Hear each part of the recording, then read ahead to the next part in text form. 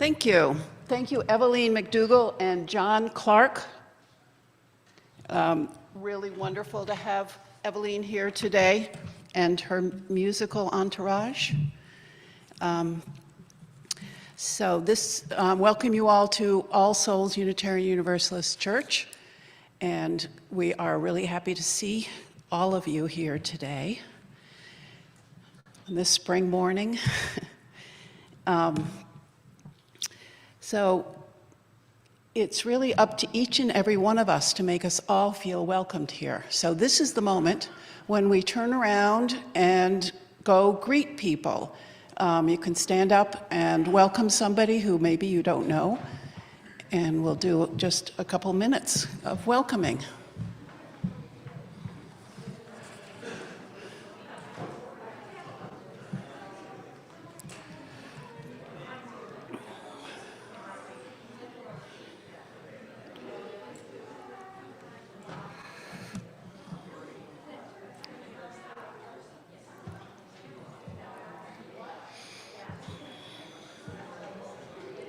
Hi, folks on Zoom. How are you? Good morning.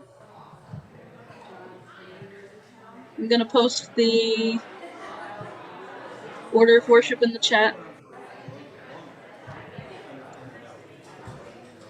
Hi, Ellen. Thanks, Christine, for the order of worship and the welcome. It's looking like there's a pretty good crowd there this morning. Yes, we anticipated a nice turnout today. Evelina's got a nice message. This is wonderful, and we will have time afterwards. We will have coffee and tea and some snacks. Radio so silence we now. Can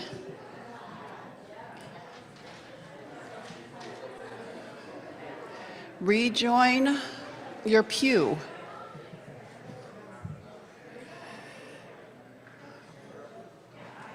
Oh.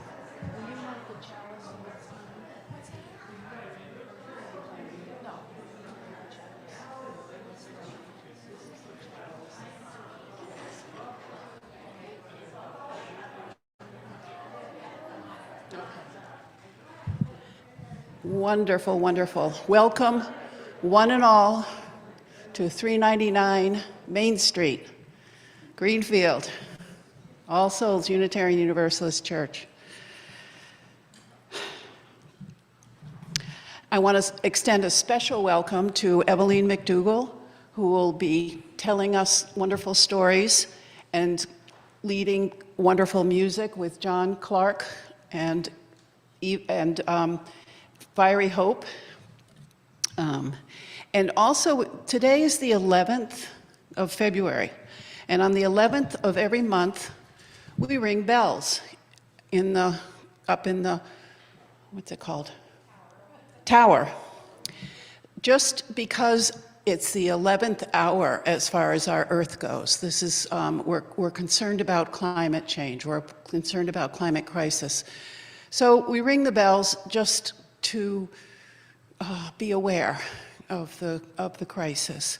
So Eveline has figured out a good way to have us spend 11 minutes in repose while the bells are ringing. And we, as I mentioned, we do have coffee and some snacks available after the service, so we welcome you to stick around. Any questions about our congregation, about Unitarian Universalists, you can ask somebody who looks like they belong here. So next, I would like to have the prelude. Not yet.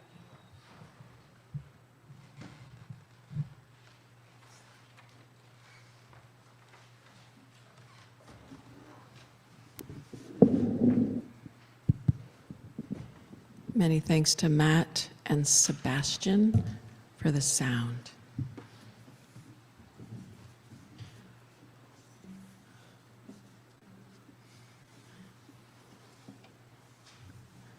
I'd love to have you join in on the chorus of this song, This Love Will Carry Me, or This Love Will Carry, they're known by both, by Doogie McLean. And so I'm going to just run you through the chorus so that you are so ready to join me.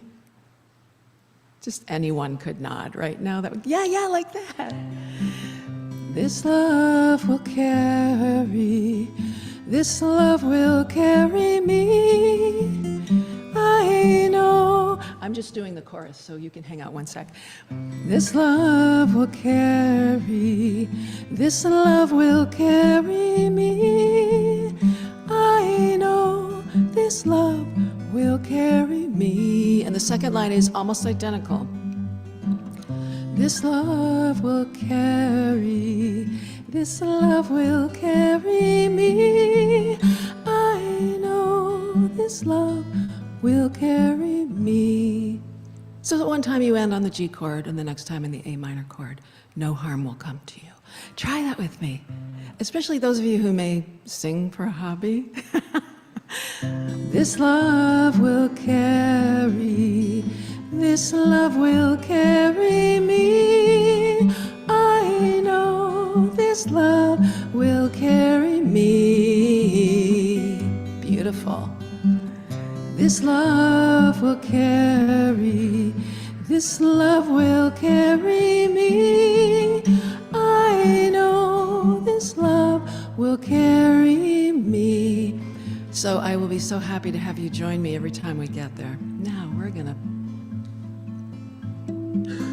It's a thin line that leads us and keeps our souls from shame. The dark clouds quickly gather along the way we came. There's fear out on the mountain and death out on the plain.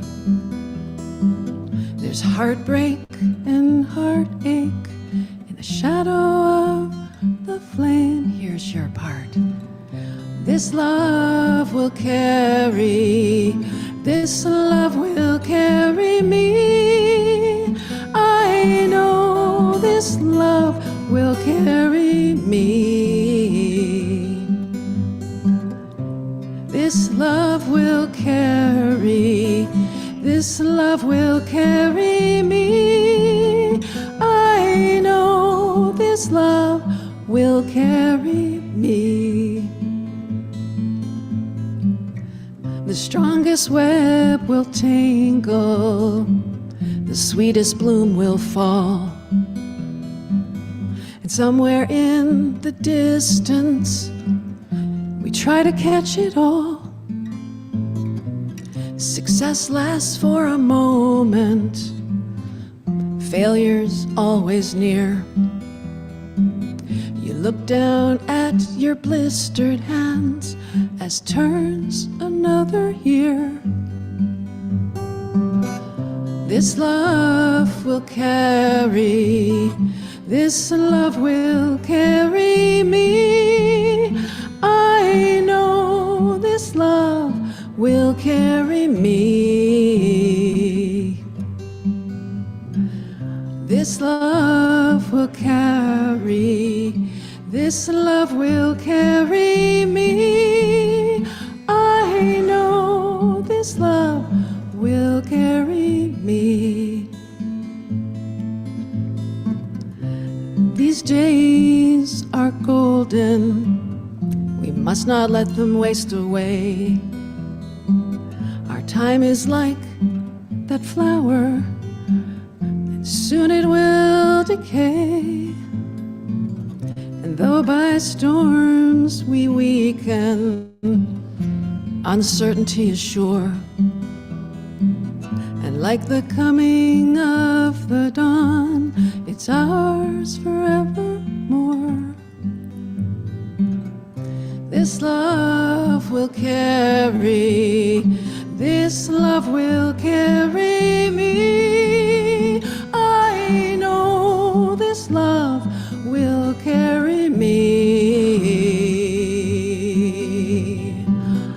This love will carry, this love will carry me.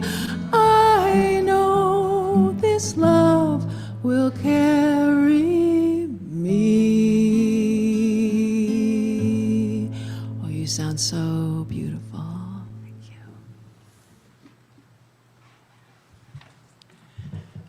Thank you.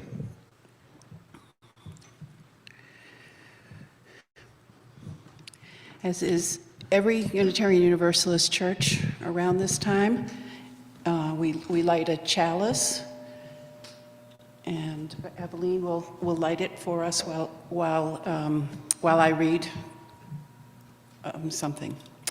The flaming chalice is a symbol of the Unitarian Universalist faith.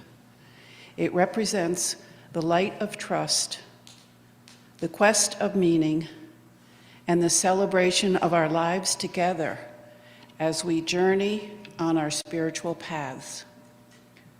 Am I too close to the mic, do you think?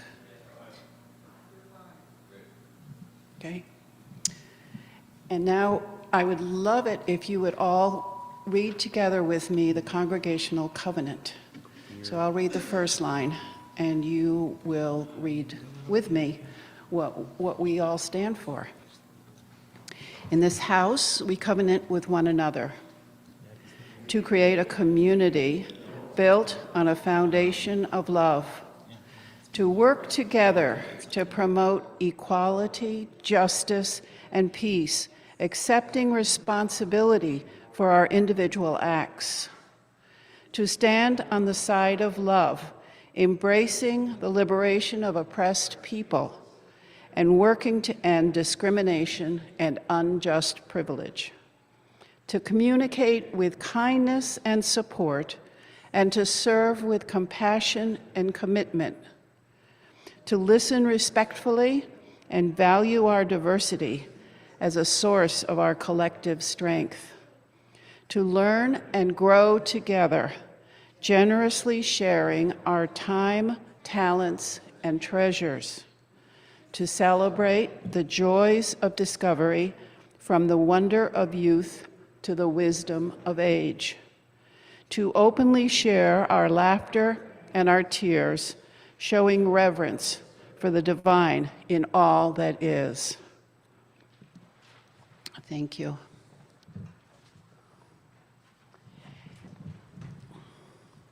And now another tradition. Every week in our church, we take up an offering to exercise our generosity that supports all souls. We see this act of giving, of growing more generous in our hearts and in our actions, as essential to our spiritual well-being. We will now receive the morning's offering.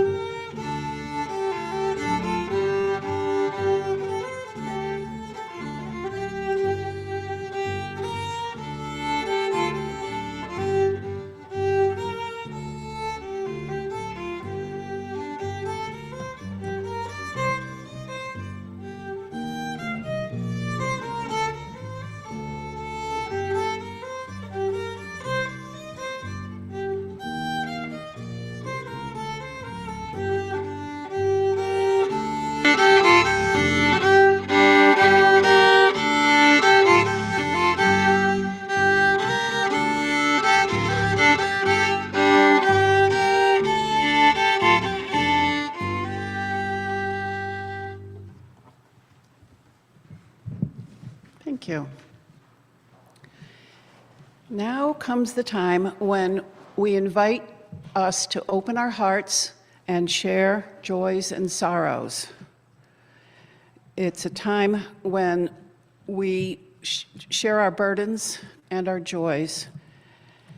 So we'll have a mic brought to you. Thank you. And who wants to light the candle? Sandra?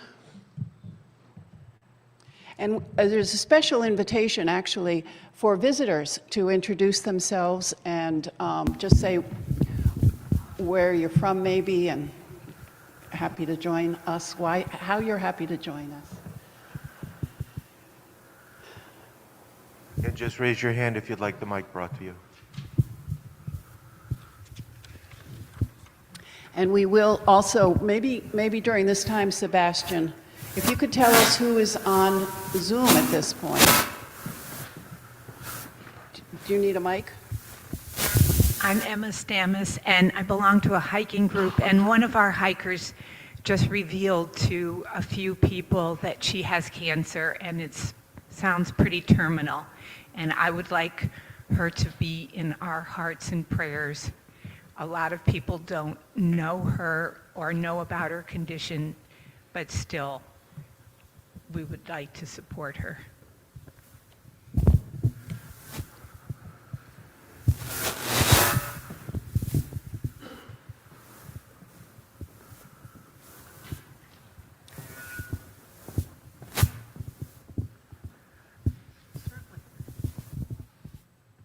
My name is Lily, and I live here, and this is my grandma Gail, and she moved in here, like, I don't know, in the summer, and she moved here because my grandpa had passed away, and the plot was really big, and it costed a lot of money, so she moved here, and she grew up here.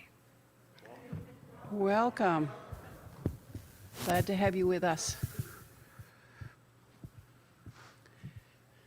How about Sebastian? Could you tell us who's joining us on Zoom?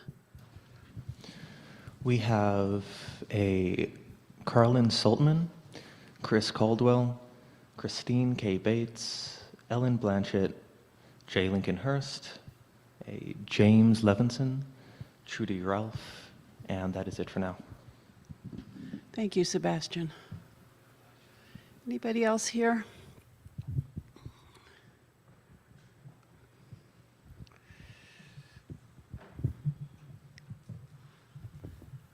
I'd like to light a candle for a friend's son who's really struggling psychologically, emotionally, having a hard time finding the will to eat. I'd also like to light a candle of joy for my co-housing community who somehow combined a pool tournament with a pastry potluck, and both were delicious.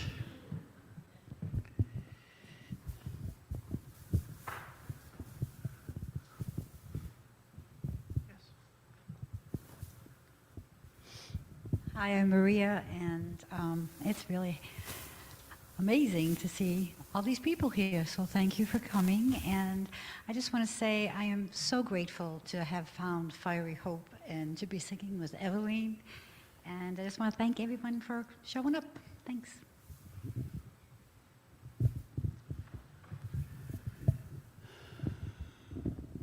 Hi, my name is Dan, and a longtime member of this congregation, but I'm living a split life between here and my wife and grandchildren in Seattle, but it's good to be back, even if for just a week or two.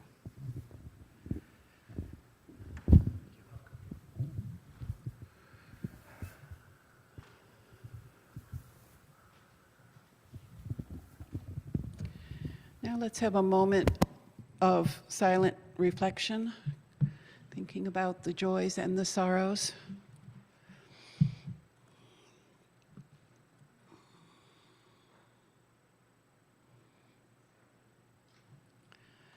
Spirit of community in which we share and find strength and common purpose, we turn our minds and hearts towards one another, seeking to hold in our hearts all our joys and sorrows, both spoken and unspoken.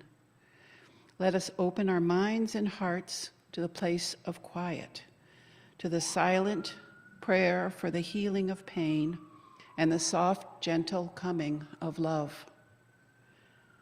Blessed be. And now let's sing Prayer to Friends. And you will find it in the front page, in the front of your order of worship. It's a separate, I'm sorry, in the front Check of one, the two. hymnal. All right. You will find a loose white piece of paper, a Carolyn McDade song that we sing traditionally. I know that some of you know this in four-part harmony, and some of you are sight singers, so please feel free to harmonize. It's a gorgeous song, and we used to sing this in a mandala before Fiery Hope, so. To this day I bring my life, born of hope, born of sand, yearning joy where now there's strife. All I have, all I am. Help me to see what I must see. Help me to be where I must be. Restless faith abide till all are free. My life turn my hand. Wonderful. Now it is, I think, a couple minutes before 11. So bell ringers can assume the position up in the tower. And we're going to have Eveline. The Fiery Hope singers come on up, and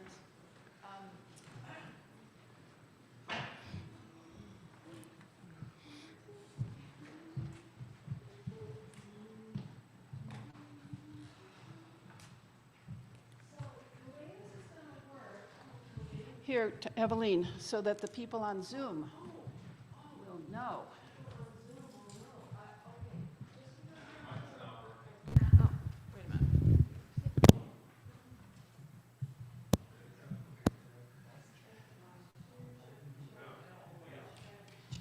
Oh, goodness. It's sort of cutting in and out. Okay, just because you're on Zoom doesn't mean you don't have to sing. No, I mean, you're invited to sing even though you're on Zoom.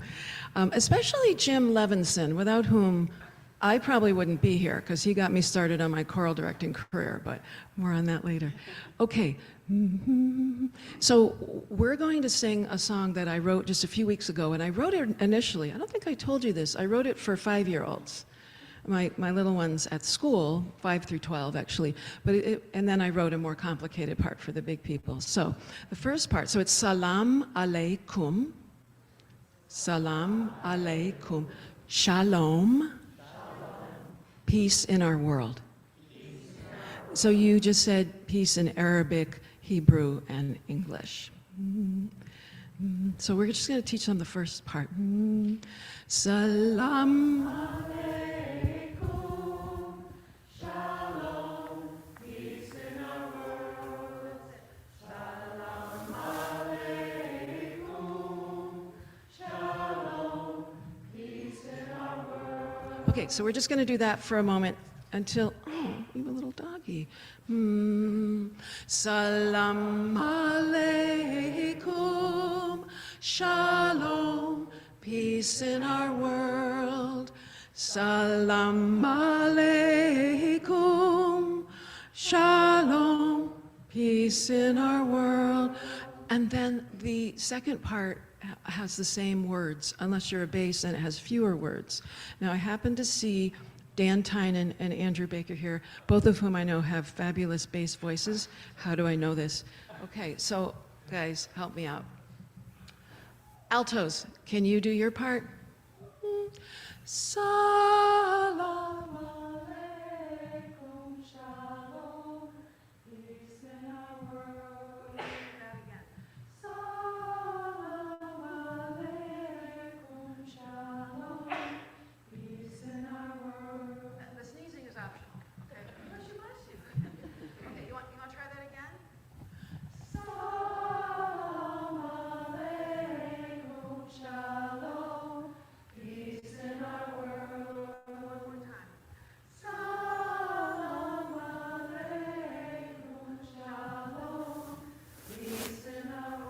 Now, if you're over there saying, wow, I really hear a parallel third higher harmony, you're right on.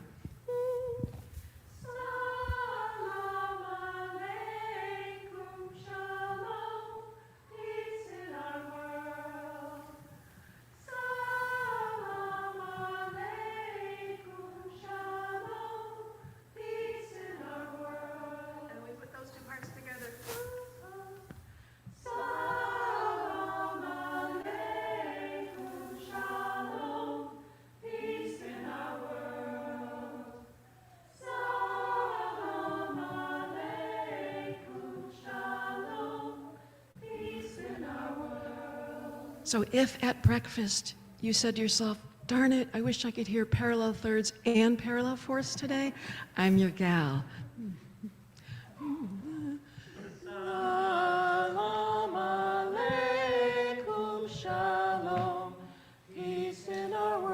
Here's a tenor part.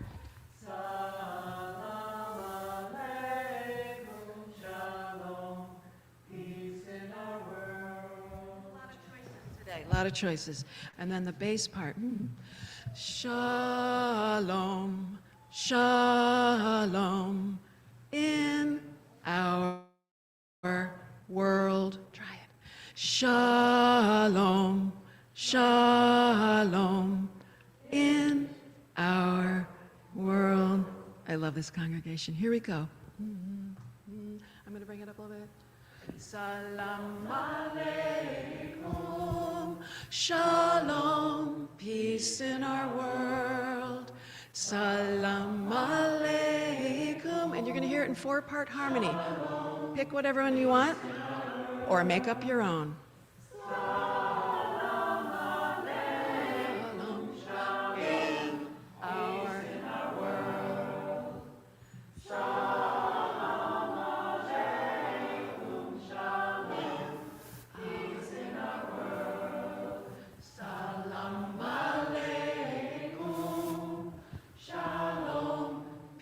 In our world, salam alaikum, shalom, peace in our world,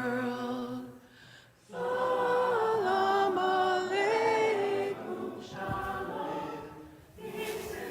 shalom, peace in our world, salam alaikum, shalom, peace in our world, salam alaikum. More of you.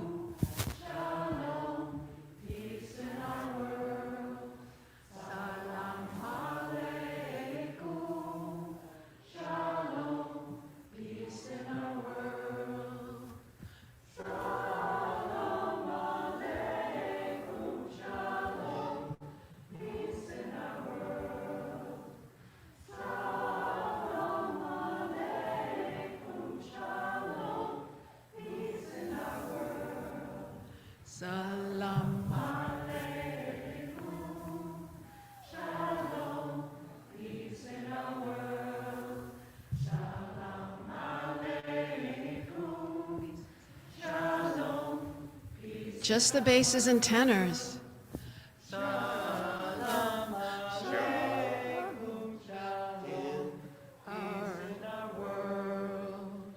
Shalom, shalom in our world. Everybody, salam alaikum. Shalom, peace in our world.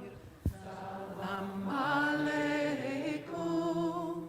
Shalom, peace in our world. Salam alaikum. Shalom, peace in our world. Salam alaikum. Shalom, peace in our world. Salam alaikum. Shalom, peace in our world. Salam alaikum. It's going to be tenors and altos. Tenors and altos. Salam alaikum. Shalom, peace in our world.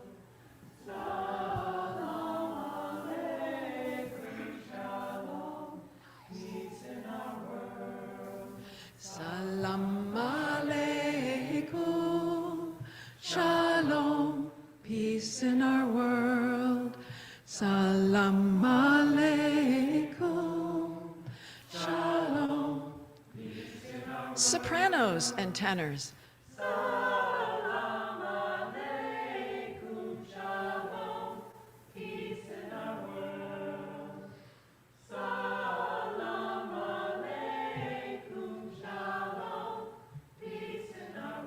Everybody, salam alaikum. 1 minute. Salam, peace in our world. Here's our last time. Sing it out, my friends. Peace in our world. Salam alaikum, shalom, peace in our world. Salam alaikum, shalom, peace in our world.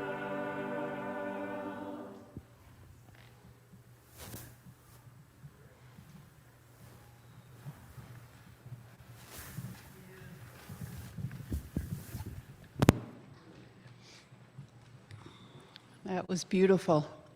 And there are a couple of other churches that ring their bells at 11 also, right close by. We might hear a few more rings before 11:11.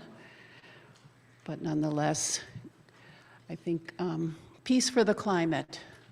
Wouldn't that be nice? Now comes Eveline.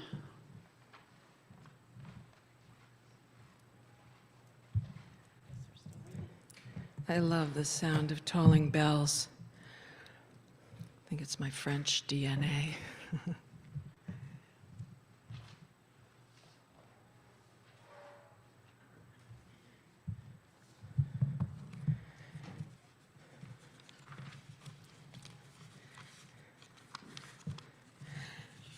I never write a sermon and then read it, because then I feel like I'm not really present with you, so I just have kind of an outline. Thanks for your patience today, everybody, as the service is just 11 minutes, a little bit longer than usual. I have a lot to say with these stories I want to tell, but I don't want to delay your coffee too late, so I'm going to try to find that sweet spot. I really love when I can share stories in the face of monumental suffering in our world. Wow, and we've got quite the laundry list going on. Wars, multiple, planetary distress. Some of us are facing issues relating to aging and illness.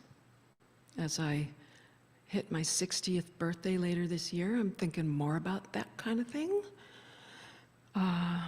There's so much change, and especially for those of us who are parents or who work with kids as teachers or therapists or whatnot, we're acutely aware of what's happening with our young people in terms of sadness and grief and concern.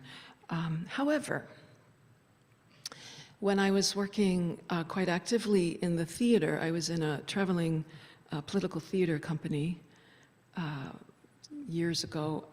One of my mentors was a woman named Linda Putnam, who now lives in Northampton.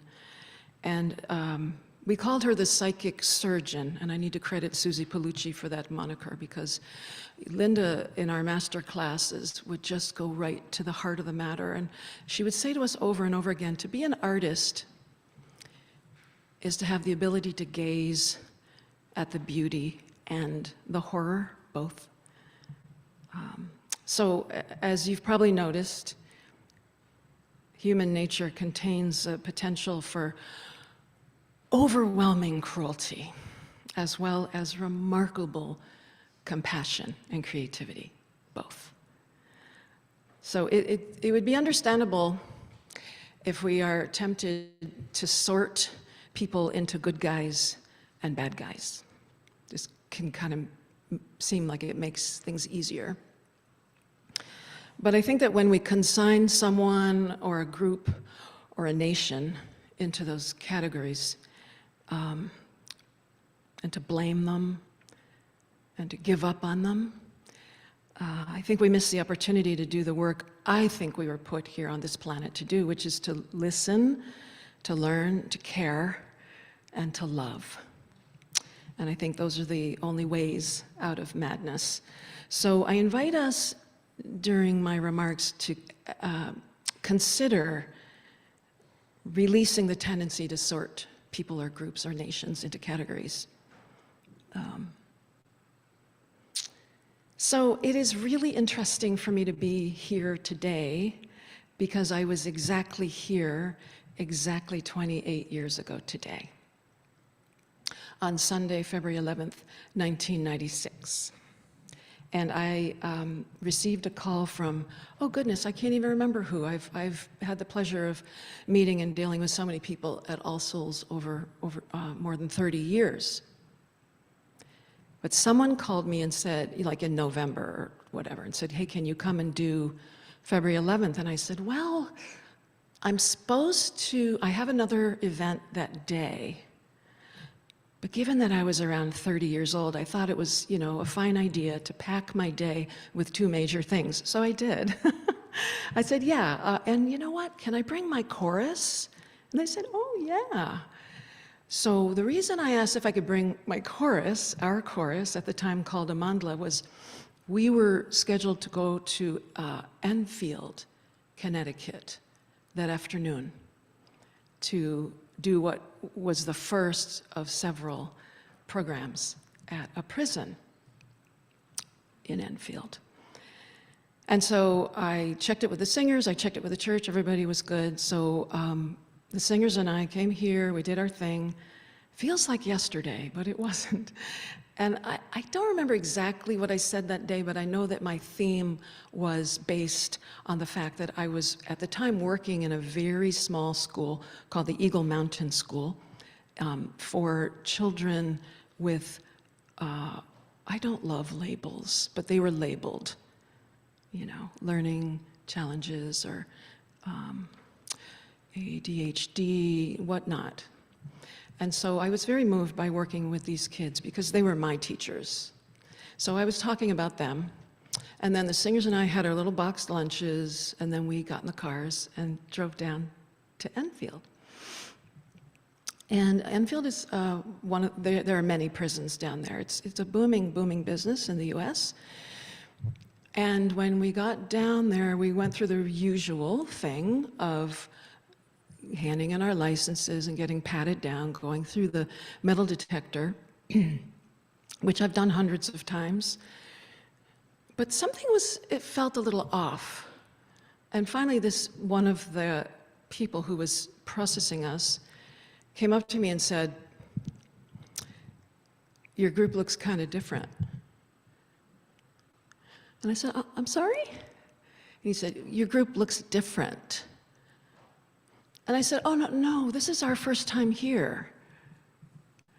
And then he said, no, your group looks different. And he showed me a poster that had Amandla, February 11th, 1996, 3 p.m.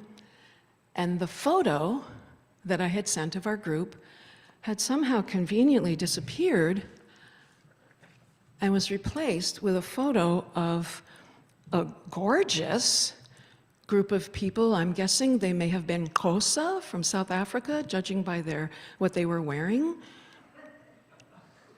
And I said, well, that's not the photo I sent in. And he said, isn't it? I said, no, no, it's not. And he said, okay, who invited you here? And I gave him a name, and he went, oh, no. I said, is it bad? He goes, are you aware there are several strong factions of white supremacists in this institution? And I said, well, okay, it doesn't surprise me. And you know, the MacDougall brain is going, da, da, da, da, da, da, oh. So I said to him, okay, it looks like there may have been some foul play. And then he said, you'll want to head home now. And I said, what? wait, are you telling me we have to head home? He said, no, but, he said, there are 350 to 400 men waiting for you. Most of them are black or brown. They think they're getting this, and you're bringing them this. And I said, would you just give me a minute? So I just went and I had a little conference with myself, and I remembered what had happened at the maximum security prison in Dannemora, New York, where all the cutthroat, worst people in the world were housed. And there was a very challenging situation that was salvaged by the prisoners themselves, my brothers and yours. So I came back to the fellow and I said, we're going to go ahead with the show. And he said, you're nuts. And I said, that's sometimes said.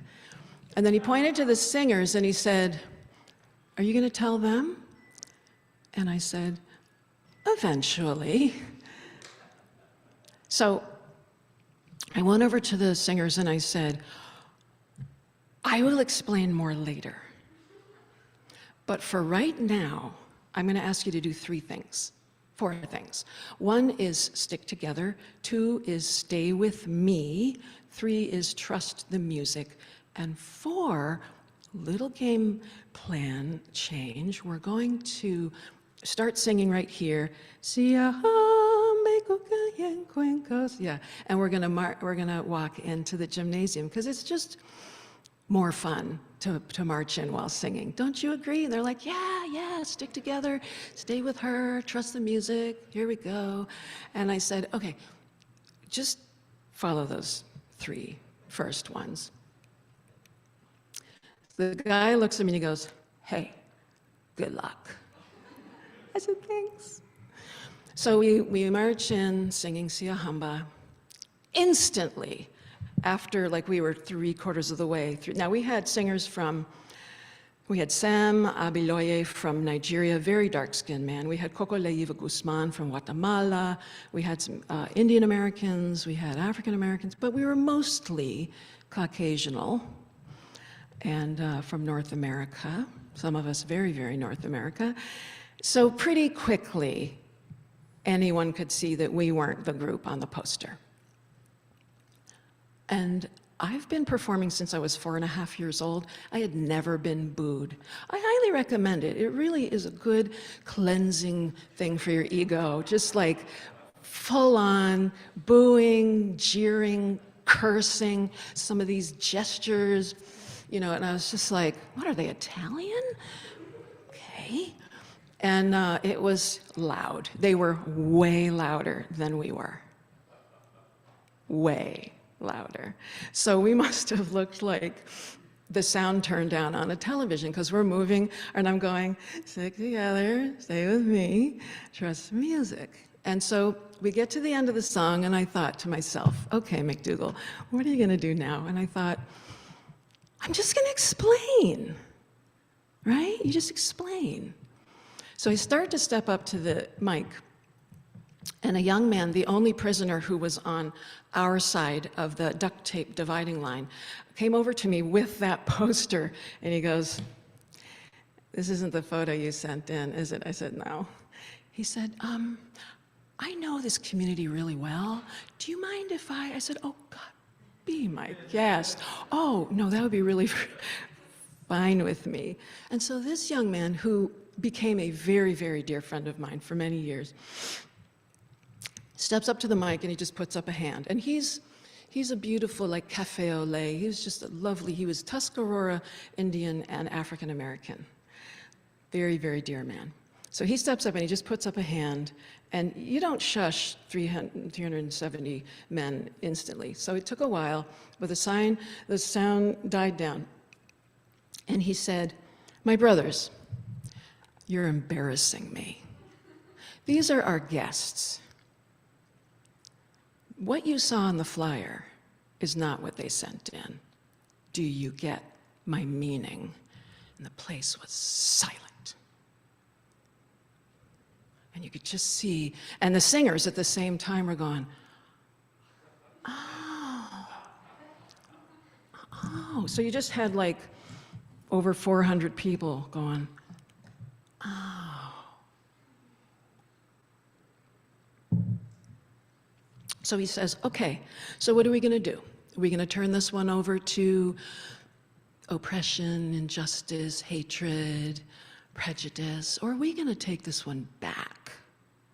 Because these people came all the way from, I said, Western Mass. He goes, Western Massachusetts? So would you please join me in a warm welcome for the Amandla Chorus? And he's like the only one in the room clapping. What are the sound of 2 hands clapping? And then maybe 3 other guys, and then, you know, very begrudgingly, okay, yeah, because this is not how they had planned their day. Well, it was a beautiful show. We sang a few songs, and the guys were like, but then I said, I knew that I had to bring them over to our side. So I said, gentlemen, I would imagine that many of you are parents, brothers, uncles, grandfathers. Do any of you fit into any of those categories? Every hand went up. And I said, well, we're going to sing a song called Circle Around for Freedom. We're going to dedicate it to your kids, all of our kids.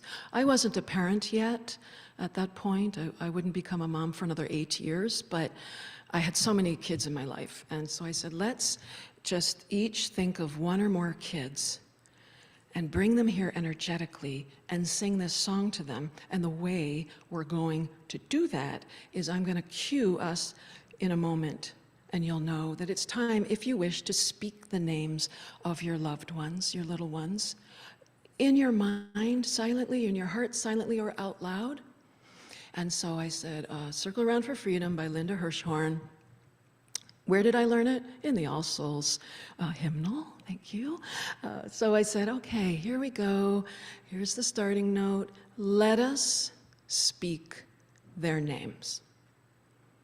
And I had turned around first to the singers saying, help me prime the pump if like no one participates. So I heard a couple of names from behind me, and then a couple of names from there. And then it was like ocean waves crashing on rocks.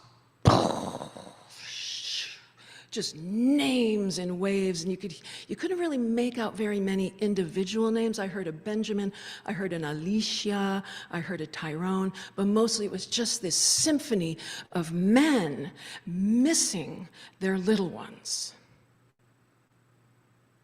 Of course.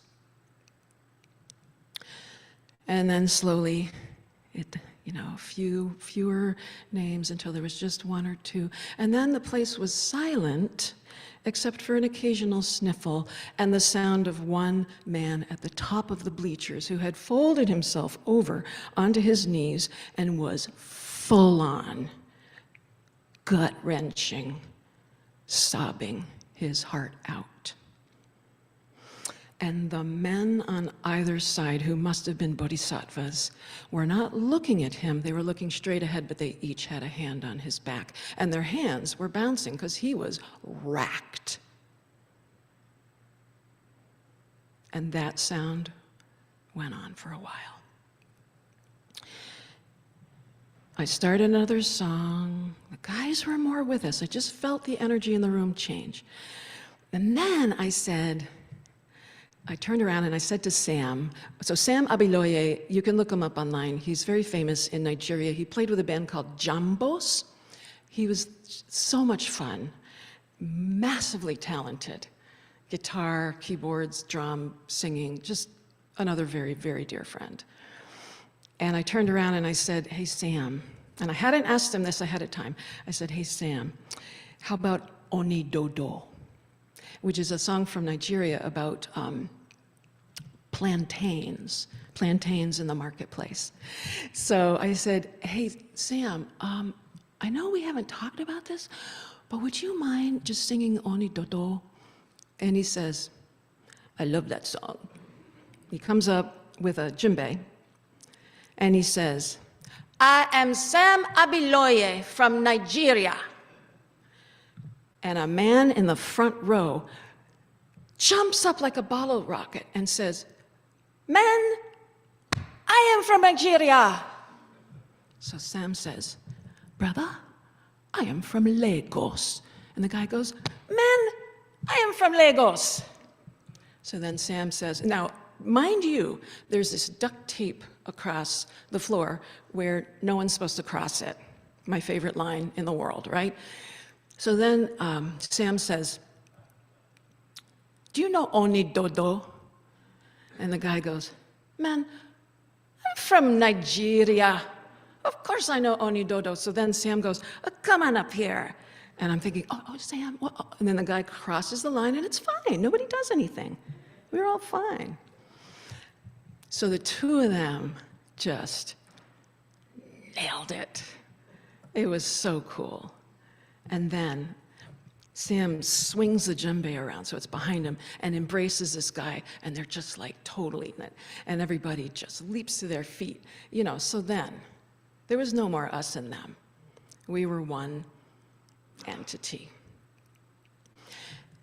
I could go on and on about that show, but I won't. I'll just tell you that as we were leaving, the men who had been booing and jeering and, you know, expletives and gestures were going, no, don't leave, come back, promise you'll come back, Amandla, Amandla. We're like, yeah, good, okay. Whew. And we get out of the gymnasium, and the singers turned to me, and one of them said, okay, glad you didn't tell us on the way in. I said, you know me too well.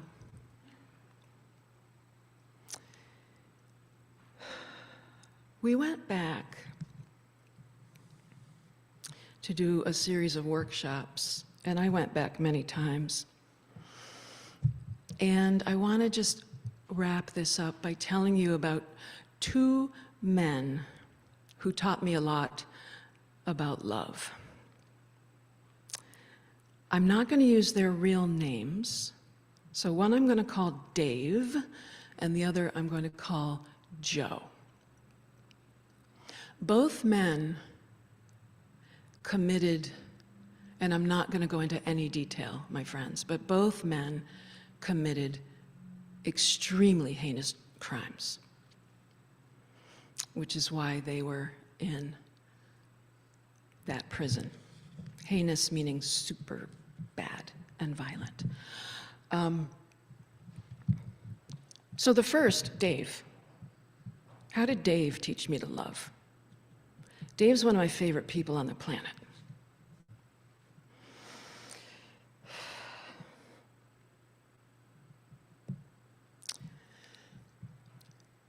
It came to my attention that Dave was being given an award, an honor, because he had organized a group of prisoners to learn how to crochet baby booties. And they crocheted the baby booties for babies who are born HIV positive. So he did such a great job. And he was, you know, got a citation in a positive way. And this came to light. So I said to one of my main assistants, who was a prisoner in the class, I said, man, I heard about Dave's citation. That's so cool. I think maybe I'll write a song about it, or we'll really make a fuss about him in the workshop. And the guy goes, please don't. Please don't do that. I said, what? You know, I was thinking with street brain, not jail brain. I said, well, why don't you think Dave would want to be celebrated? He said, absolutely not. He is mortified about this award. He has begged them not to do this. And still being a little on the innocent side, I said, well, how come?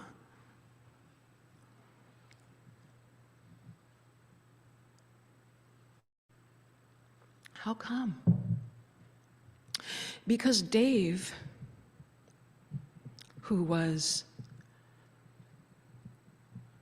incredibly abused between the ages of 5 and 10 by 4 of his uncles and had severe PTSD, and when he was 18, perpetrated a similar thing on a child, which led to her death.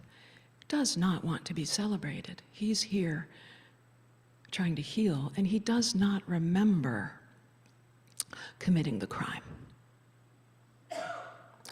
And when he said that, I remembered the day in 1985 that my mom called me and said I was to rent a car in Albany, pick up one of my younger brothers at the university, and get ourselves home because my dad was on his deathbed, and we didn't have much time. I have no memory of renting the car. I have no memory of supposedly driving 90 miles an hour the entire way to Plattsburgh, New York. No memory whatsoever. I don't know whether I spoke to my brother in the car, nothing. So I can believe that my friend Dave does not recall what happened that fateful day. But he does not want to be celebrated. And I learned a lot from him. I learned a lot more than I could ever tell you. Lastly, why did I learn to love from Joe? Well, Joe is the fellow who extended the invitation to me on that first day and then shredded my picture.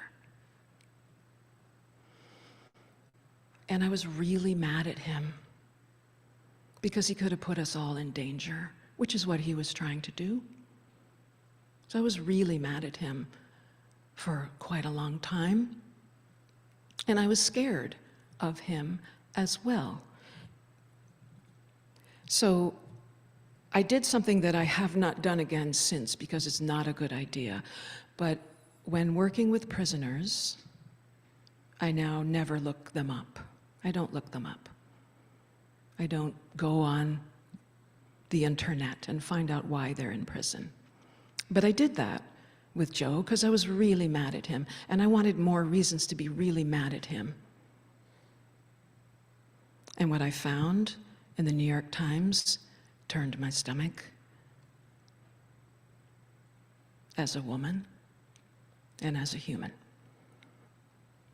But instead of it making me hate him more, I dissolved into myself because I realized, now wait a minute, the only reason Dave, what happened to Joe? People aren't born like that. And I knew that carrying around the toxic resentment and the bitterness that I had felt towards Joe since that moment where I was showed the altered poster, I knew that if I carried that around my whole life, it was going to poison me. So as I wrap up,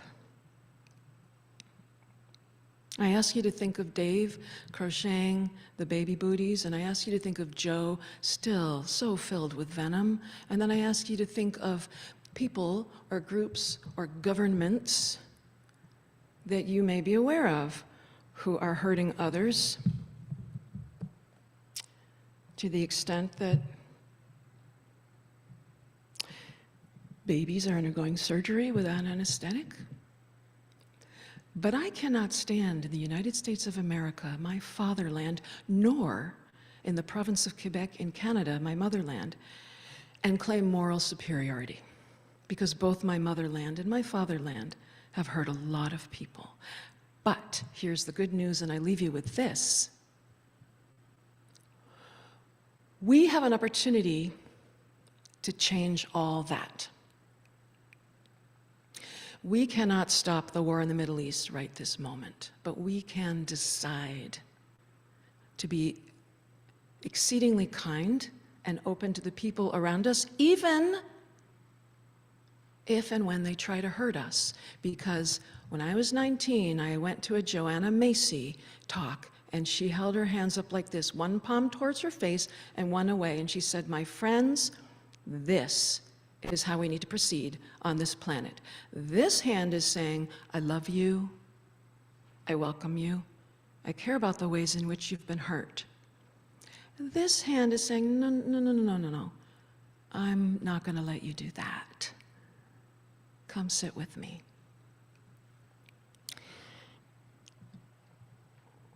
Do we have the courage to not consign people to the bin of bad guys?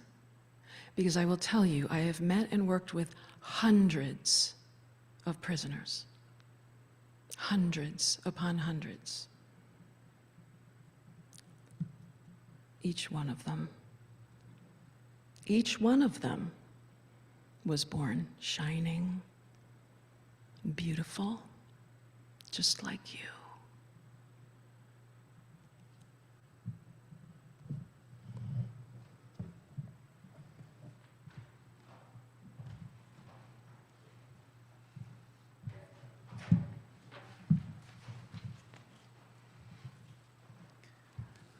Thank you so much, Eveline. It was beautiful.